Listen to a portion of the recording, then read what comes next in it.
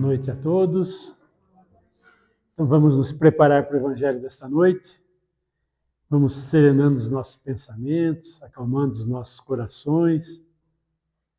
Vamos fazer um contato muito especial com os nossos mentores espirituais, com os mentores espirituais desta casa, que desde as primeiras horas do dia aqui estão a preparar este ambiente, para que nós pudéssemos sentir essa energia gostosa que a gente sente quando adentra este local aqui. Com muito amor no coração, com a mente muito aberta, vamos dar início aos trabalhos desta noite com a prece. Pai nosso que estais nos céus, santificado seja o vosso nome, venha a nós o vosso reino e seja feita a vossa vontade, assim na terra como nos céus. Pão nosso de cada dia nos dai hoje, perdoai as nossas ofensas, assim como nós perdoamos a quem nos tem ofendido, e não nos deixeis entregues às tentações, e livrai-nos de todos os males. Que teu é o reino, o poder e a glória para sempre, que assim seja. Graças a Deus e graças a Jesus. Então hoje, eu gostaria de fazer uma pequena reflexão sobre o capítulo 6 do Evangelho segundo o Espiritismo, que fala do Cristo Consolador. E aqui tem uma passagem dele, que ele passa para nós, né, para a gente ter uma ideia do que será esse trabalhar com essa ideia dele aqui. Vinde a mim todos vós que sois aflitos e sobrecarregados, e eu vos aliviarei. Tomai meu jugo sobre vós, e aprendei comigo que sou dócil e humilde de coração, e encontrareis o descanso de vossas almas, pois meu jugo é suave e meu fardo é leve. Isso está em Mateus. O que será que Jesus queria dizer com isso? Então, quando a gente fala em jugo, a gente precisa entender o que vem a ser esse jugo. Jugo era uma madeira que o pessoal usava para colocar na costa dos outros, para humilhar as pessoas. Por isso que a gente fala, aquele povo está sendo subjugado, né? Quer dizer, sob o jugo, sob aquela madeira pesada no ombro. E acontecia num lugar lá na época, na região, que quando um povo conquistava o outro, eles obrigavam as pessoas a andar com aquilo e passar por um determinado local, para que todo mundo ficasse zoando, escarneando, né? Para diminuir aquelas pessoas. Então eles faziam isso, e era comum isso. Então, por isso que tinha muito daquele jugo, falava-se muito do jugo naquela época. Muitas pessoas também falam que o jugo é aquela canga que vai no boi, que é um tipo de jugo, porque o boi está subjugado, ele obedece, ele puxa aquele carro e aquela canga pesada. E toda vez que a gente fala, obrigado, e toda vez que a gente fala de jugo, né, nós estamos falando sobre isso, sobre o peso, que além de ser pesado, aquela madeira, né, ela trazia muitas dores, muito sofrimento. Porque imagine a pessoa carregar aquilo, né, no ombro o tempo todo, aquilo ia machucando, ia deixando a pessoa, além de subjugada, humilhada, também ferida. Então, além do peso, havia a dor em si. E por que Jesus fala isso? Fala para todo mundo isso? As pessoas que estão sofrendo, as pessoas que estão com dores com alguma coisa, vem até mim. Pegue o meu jugo, aceite o meu jugo, pois ele é leve, né? E o meu fardo, o meu jugo é suave e o meu fardo é leve. Porque se você se submeter aos ensinamentos do grande mestre, ou seja, você entrar embaixo desse jugo, você não vai sentir esse peso, não vai sentir essa dor. Por quê? Porque é o jugo do amor, da caridade, da fraternidade. Então, quando a gente está debaixo desse jugo, do jugo do Cristo, desse ser fantástico, maravilhoso, dessas lições maravilhosas que ele trouxe, se nós colocássemos em prática, não haveria sofrimento no planeta Terra. Jesus fala claramente em alguns trechos que a felicidade não é deste mundo. Realmente não é deste mundo. Se você estiver procurando a felicidade neste mundo, nas coisas deste mundo, nas coisas materiais, não vai encontrar felicidade aí. Porque onde está a felicidade? Está dentro de nós, não está fora. Felicidade nada mais é do que proporcionar felicidade. É fazer o bem ao outro sem ostentação, sem esperar nada em troca. Então, quando a gente fala sobre isso, quando a gente percebe, se eu me submeter às leis divinas, submeter aos ensinamentos desse Cristo, O jugo é suave, eu não vou sentir o peso. Muito pelo contrário, ele vai ser gostoso de carregar, vai ser uma alegria carregar, vai ser uma felicidade carregar. Por quê? Porque quando você proporciona felicidade, você é feliz. Então, quem assume esse jugo do Cristo é feliz. Agora, imagine a gente assumindo o jugo da sociedade. É um jugo muito pesado, né? É um fardo pesado para a gente carregar. Então, em alguns lugares fala-se do jugo do pecado, quer dizer, é você viver nas coisas do mundo, nas coisas mundanas, nas coisas materiais. E aí você se perde, você acaba se perdendo. E às vezes esse jugo que você aceita de outros, aparentemente ele é mais leve. Mas no fundo, ele é muito mais pesado e vai causar muito mais sofrimento, muito mais dor para as pessoas. Por exemplo, o uso das drogas. A pessoa está passando por uma necessidade, talvez uma incompreensão muito grande, ele vai para as drogas, vai para as bebidas, para o álcool. Na hora alivia. O efeito imediato ali, há uma anestesiada momentânea naquela pessoa. Mas logo a seguir, volta tudo novamente e acaba vindo o vício, acaba vindo uma série de coisas. Jogos e todas essas coisas, sexo e tudo mais. A pessoa que vai por esse lado, aparentemente o jugo parece ser mais leve no início, mas ele acaba se tornando cada vez mais pesado. Então, quando a gente percebe isso, né, em seguida aqui, ele fala que todos os sofrimentos, sei lá, as misérias, decepções, dores físicas, perdas de entes queridos, todos têm sua consolação com a fé no porvir e com a confiança na justiça de Deus que o Cristo veio ensinar aos homens. O Cristo, quando ele fala conosco, quando Jesus ele fala conosco, ele está mostrando a realidade para nós. Ele mostra a realidade. Ele fala para o espírito, ele não fala para o corpo. Né? Todas as mensagens do Cristo são faladas para o espírito, para o nosso lado espiritual. Então, quando a gente fala assim, a vida é muito natural. Tudo faz parte da vida, está tudo certo no universo, não tem nada errado. Deus escreve certo por linhas certas. Nós é que achamos que as linhas estão tortas. E achamos e distorcemos tudo. Quando a gente fala aqui, ele fala de sofrimento. E quando Jesus fala, ele fala numa vida futura. Mas a vida futura, nós interpretamos que é a vida depois da morte. Não necessariamente. Vida futura é o que vem daqui a pouco. Daqui 1 hora é futuro, daqui 5 minutos é futuro, daqui 1 dia é futuro, daqui 1 mês é futuro. E não importa se eu estou encarnado ou desencarnado. Ela vem depois. E quando muita gente interpreta isso como se fosse, então é depois que eu morrer. Tem até um ditado, né? Quem arrisca não petisca, quem não morre não vê Deus. Quer dizer, eu só vou ver Deus depois que eu morrer. Não. Você pode ver Deus aqui, hoje. Simples.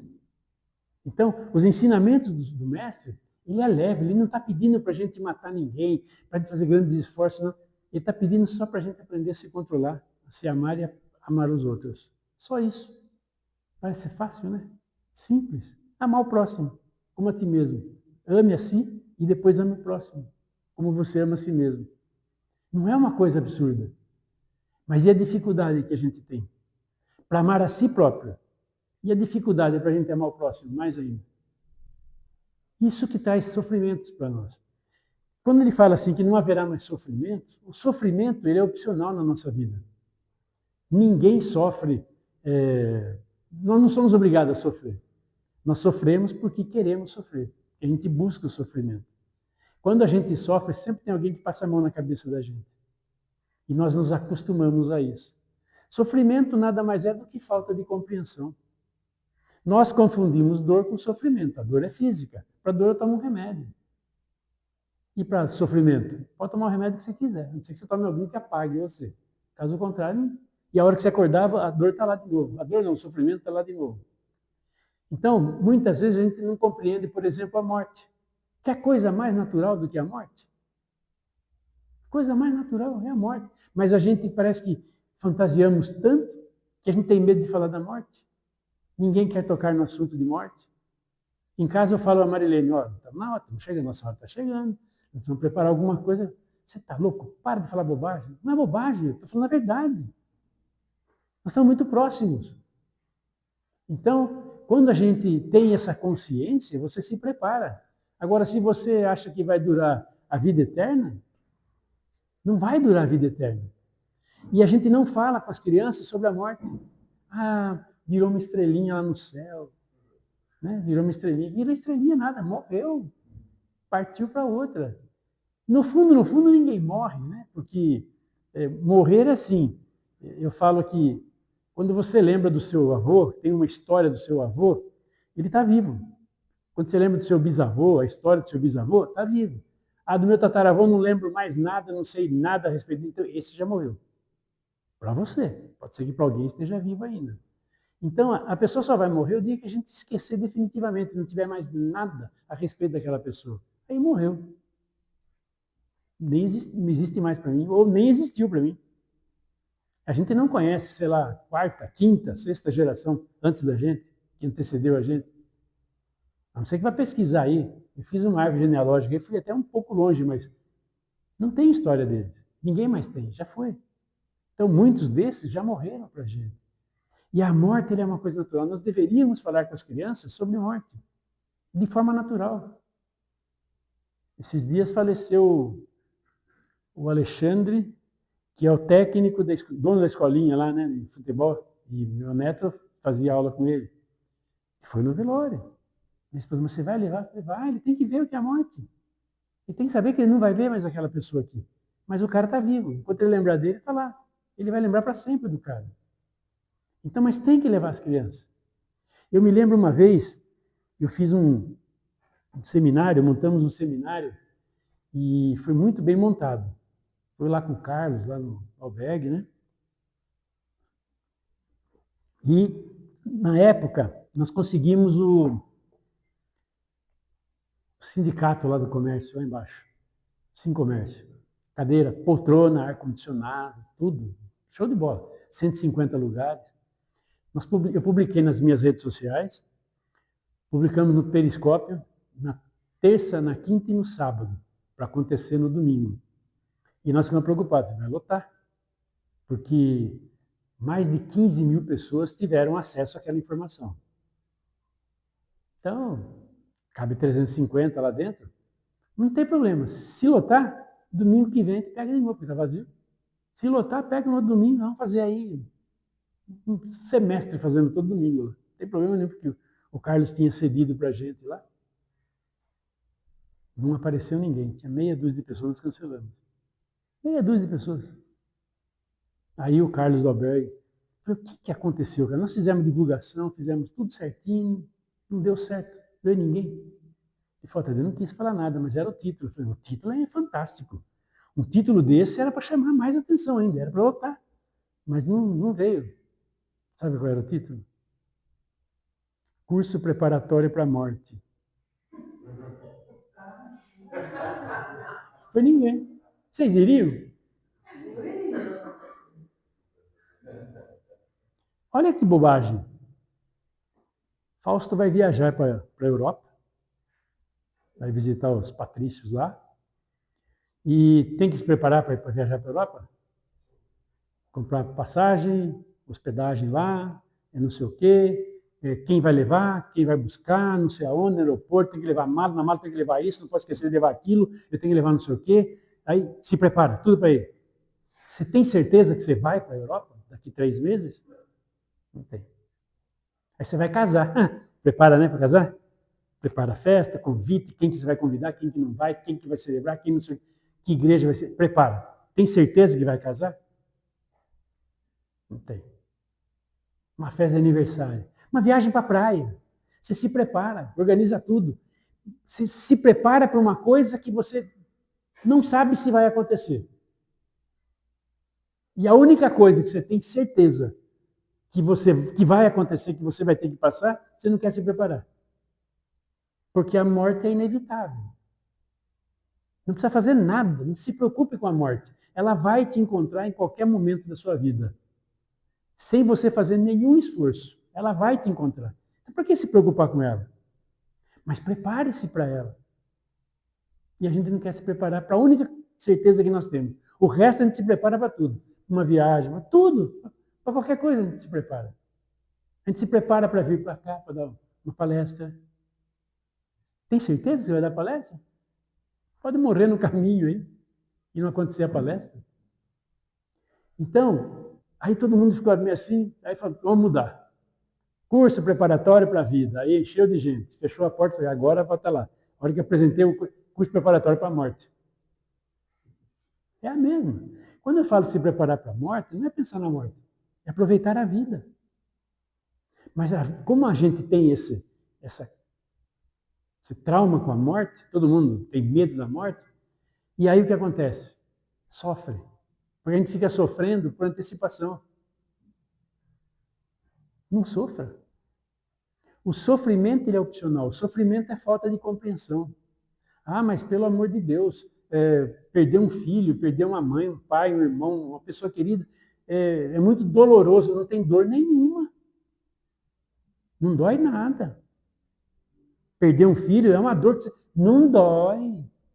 É um sofrimento tão grande que você fica com a impressão de que dói. Mas não é dor, é só sofrimento, é falta de compreensão. Se você compreendesse que eles estão a caminho, todos nós estamos a caminho de ir embora, está tudo certo. Quando for, agradece o fato de ter ficado com ele até hoje. Mas ele era tão novo, mas eu fiquei com ele. Fiquei, sei lá, 5 anos, 10 anos, 15, 20, 30, fiquei com ele. Eu curti, aproveitei, agradece a Deus. Porque teve gente que não ficou nada. Vocês lembram da minha filha Camila? O bebê veio com anencefalia. Ficou 13 horas com ela. 13 horas. Já descobriu no ventre que estava vindo com acrania, sem a calota do crânio. Ué, é vida? Ah, mas é vida, acontece. Eu achei que era uma coisa rara. Não. Depois dela, quantos casos mais nós vimos? Quantas pessoas nós ajudamos que aconteceu a mesma coisa? Foi criado um grupo em São Paulo chamado Acrania, que é uma coisa que acontece. Não é que é uma coisa normal que eu diga. Não, mas acontece. Então, por que sofrer? Por que não compreender? Compreenda que você deixa de sofrer. Aqui no Evangelho segundo o Espiritismo tem um trecho que fala assim, o bem sofrer. Não tem bem sofrer. Sofrer é sofrer. Eu entendo o que ele quer dizer. Os espíritos que dizem, né? Se você estiver passando por um sofrimento e você aprender com esse sofrimento, tirar proveito desse sofrimento, você está bem sofrer, mas aí você deixa de sofrer. Se você entendeu a lição, deixa de sofrer, não há sofrimento. A gente mistura dor com sofrimento e acha que se passar uma dor vai sofrer. Não, uma dor é uma dor, sofrimento é um sofrimento. Não tem nada a ver. E a maior parte das vezes nós sofremos sem sentir dor, nenhuma dor. A gente sofre na fila do banco.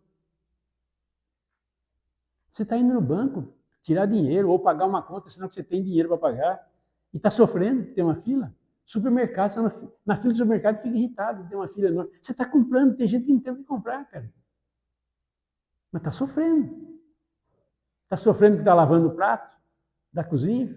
Você comeu. O prato está sujo que você comeu. Tem gente que não tem o que comer. Não suja nem o prato. Não tem prato para lavar. O cara vai para a praia, feriadão prolongado, chega lá, uma viagem que dura 30 minutos de São Paulo a Santos, leva 5 horas para descer. E o cara está bravo. Está indo para a praia. Curta. Percebe que sofrimento é opcional? Então não tem essa de sofrer. Se a gente compreende esse Cristo Consolador, que ele traz para nós esse entender que está tudo certo, que as pessoas têm o direito de fazer o que bem entenderem, sabe, a gente não se revolta, a gente não se magoa, não se fere mais, para de se ferir, para de se magoar.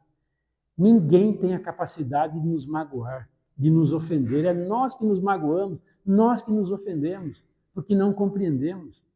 Se a gente compreende que aquela pessoa não tem nada melhor para me oferecer naquele momento, está resolvido. Para que sofrer? Não há necessidade de sofrimento.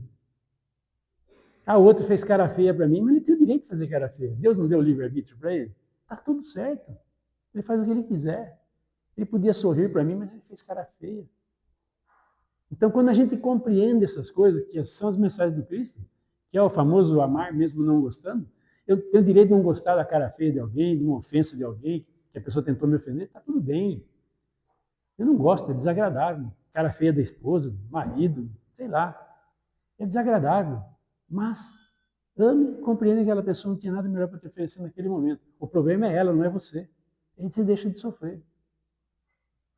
Quando a gente compreende as coisas, está tudo certo no universo, nós estamos começando a aceitar o jugo, né, suave desse grande mestre. O que é? É amar.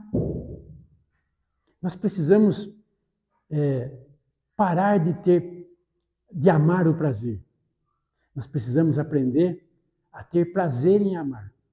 E não é fácil amar. Por quê? Porque eu tenho que abrir mão das minhas necessidades egocêntricas.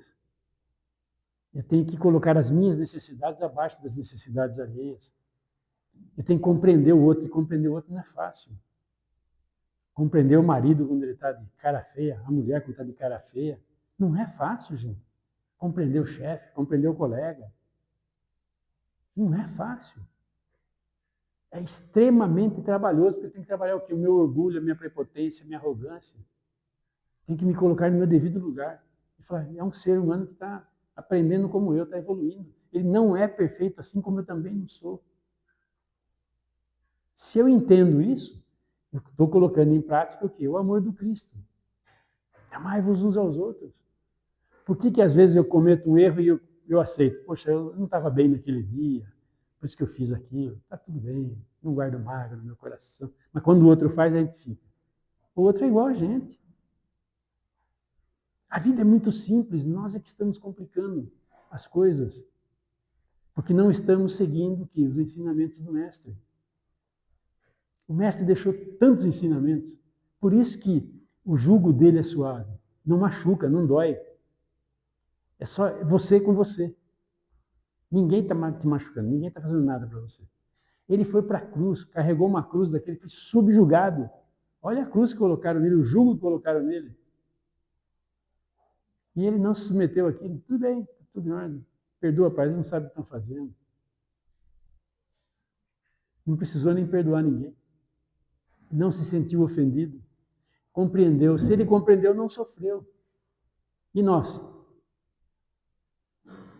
Se o outro olhar para a gente e dar um sorrisinho, a gente fica bravo porque eu não estou bem hoje, o cara está sorrindo, está tirando sarro de mim. Se ele não sorriu, eu fico bravo porque ele não sorriu. Tudo me afeta. Por quê? Porque eu não estou amando. Por isso que o Cristo é o grande consolador. Se a gente prestar atenção nas atitudes dele, quando você for tomar alguma decisão na tua vida, fazer alguma ação, pensa, como será que esse mestre reagiria? Ou agiria? Porque o mestre não reagia, ele agia. Nós estamos reagindo, estamos usando o que? Os nossos instintos animais. O nosso lado egocêntrico, que nos prende à terra, à materialidade. A nossa parte humana, animal. Por isso está ligado aos instintos.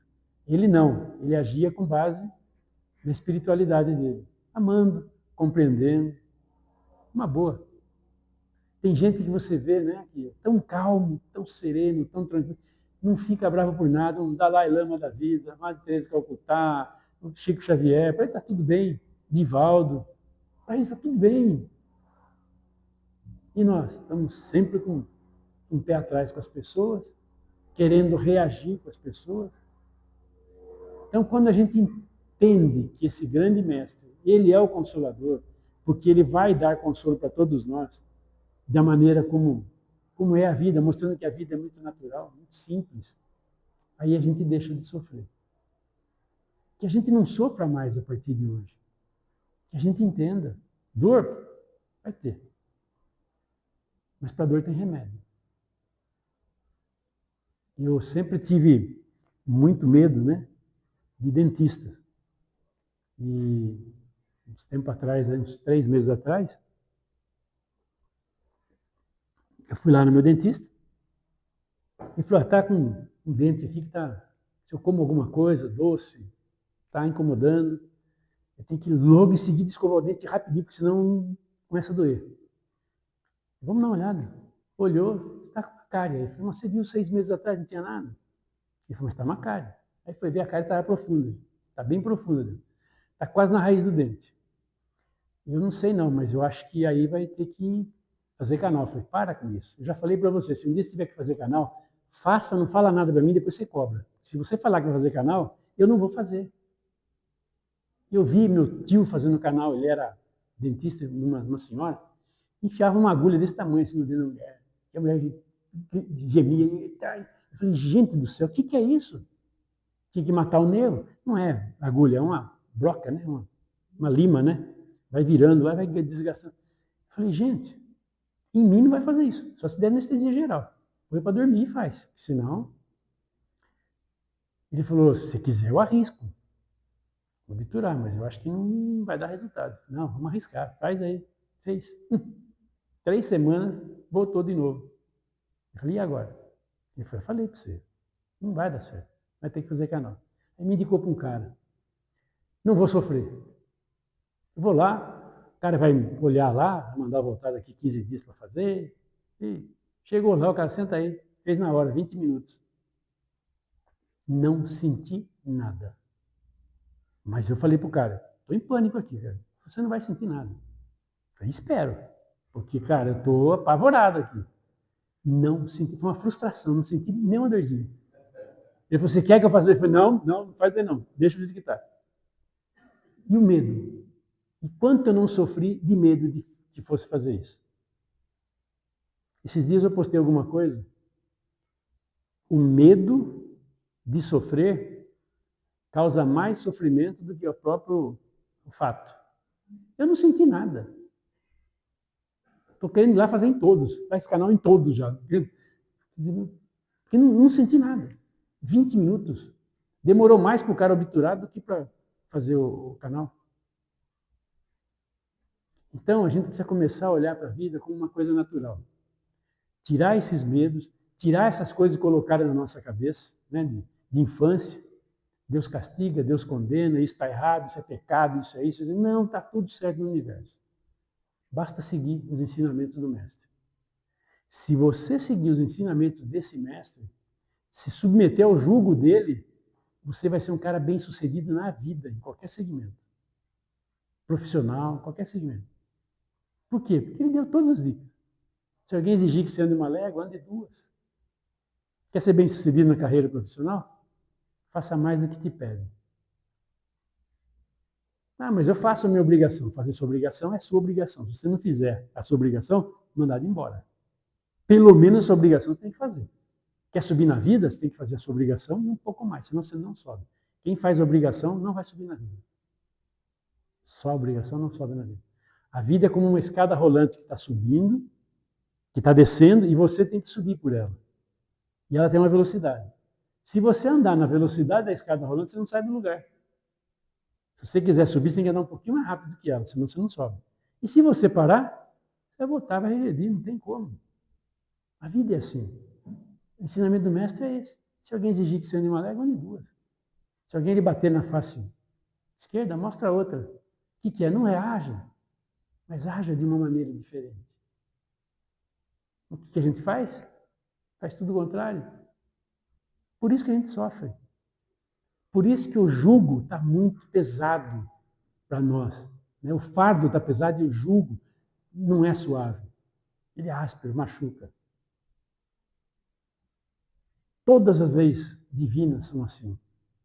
Se a gente seguisse as leis divinas, não teria sofrimento neste planeta aqui. E quais são as leis divinas? Todas as leis naturais que você conhece. Física, química, biologia, lei da gravidade, tudo está aí. Lei da eletricidade. Se você colocar um preguinho na tomada, vai tomar choque.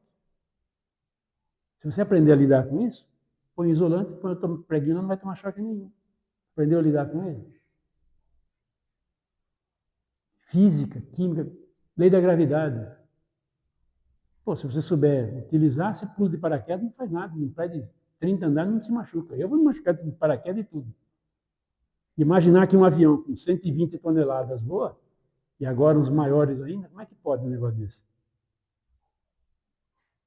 Mas se a gente conhece, funciona. E aí deixa de sofrer. Cada vez que a gente quebra uma dessas regras, por menor que seja, causa não um sofrimento, mas causa um contratempo que a gente acha que pode ser um castigo. Não tem castigo. Tem que se burlou uma lei que não estava lá. Não soube se proteger. O cara vai trabalhar numa empresa, tem tantos protetores EPIs, tem tanta coisa, o cara não segue as normas de segurança, depois se machuca, foi castigo de Deus. Não, burrice sua, que você não respeitou as leis. Tem a lei de trânsito, está aí, a lei dos homens até. Quer ser feliz? Dá a César o que é de César e a Deus o que é de Deus. Tem que seguir as leis dos homens. Aí eu vou embora agora, estou com pressa, vou passar em todos os sinais, não vou nem olhar se está vermelho ou verde. Vou bater o carro, vou morrer. Ou vou matar alguém. Quer ser feliz? Siga essas regras.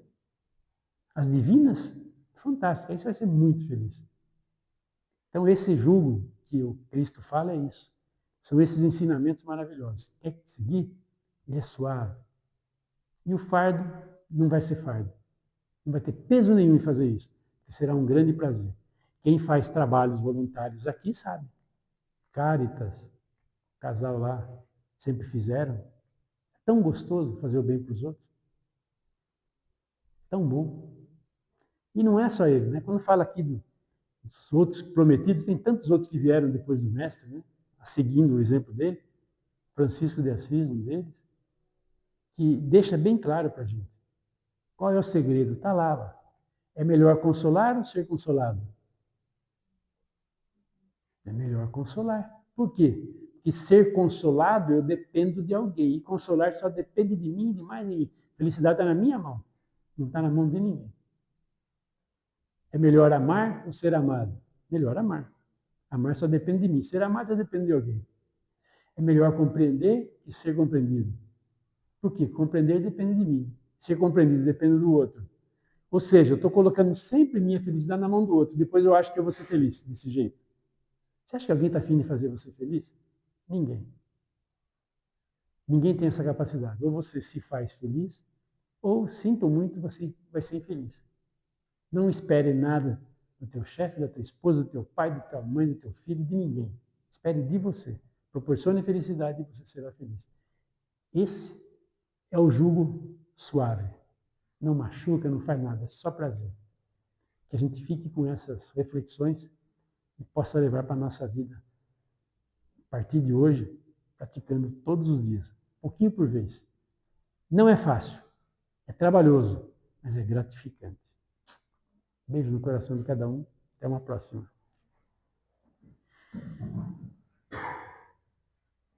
Então, mais uma vez, vamos elevar os nossos pensamentos, agradecer esse grande mentor, mestre, Jesus de Nazaré, que nos trouxe tantos ensinamentos, que a gente tenha coragem e capacidade de colocá-los em prática, para que a gente possa não perceber como um jugo, mas sim como um prazer. Que a gente passe, a partir de hoje, ter prazer em amar, que é o único caminho que vai levar-nos à felicidade, amando a todos aqueles que cruzarem o nosso caminho, dando o melhor que nós temos a oferecer, para que eles saiam de perto da gente, melhor do que quando chegaram. Que a gente tenha esse propósito de vibrar muita paz, muito amor, que essas vibrações possam extrapolar os limites físicos do nosso corpo, possam se espalhar por todo esse universo, tocando os corações daquelas pessoas que se encontram em conflitos, estão infelizes, passando por dificuldades e encarando essas dificuldades como problemas e não como oportunidades de crescimento. Que todas essas pessoas tenham consciência que a gente só evolui diante do desagradável, pois exigirá esforço de nossa parte. O agradável não exige esforço. Que a gente possa levar esse amor, esse carinho para as penitenciárias, para os asilos, para os orfanatos, presídios, hospitais, manicômios. Que esse amor toque o coração de cada um que lá esteja, não importa se estão trabalhando, se estão internados, reclusos, visitando, que eles sejam tocados. Que essas vibrações possam tocar os corações desses nossos irmãos que perambulam pelas ruas sem ter onde dormir, sem um agasalho, sem ter o que comer. Que eles encontrem bons samaritanos em seus caminhos, que deem a eles não apenas o pão, o alimento, mas um pouco de amor, de carinho, de compreensão, uma palavra boa de orientação. E vamos vibrar pelos nossos familiares, em especial por aqueles que nós temos maiores dificuldades de relacionamento. Eles não são nossos inimigos, são os nossos mestres, que vão exigir muito mais de nós para que a gente possa evoluir. Vamos agradecer a vida por tê-los do nosso lado. E vamos vibrar por nós, para que nós possamos ser melhores hoje do que fomos ontem e assim sucessivamente. Que assim seja. Graças a Deus e graças a Jesus.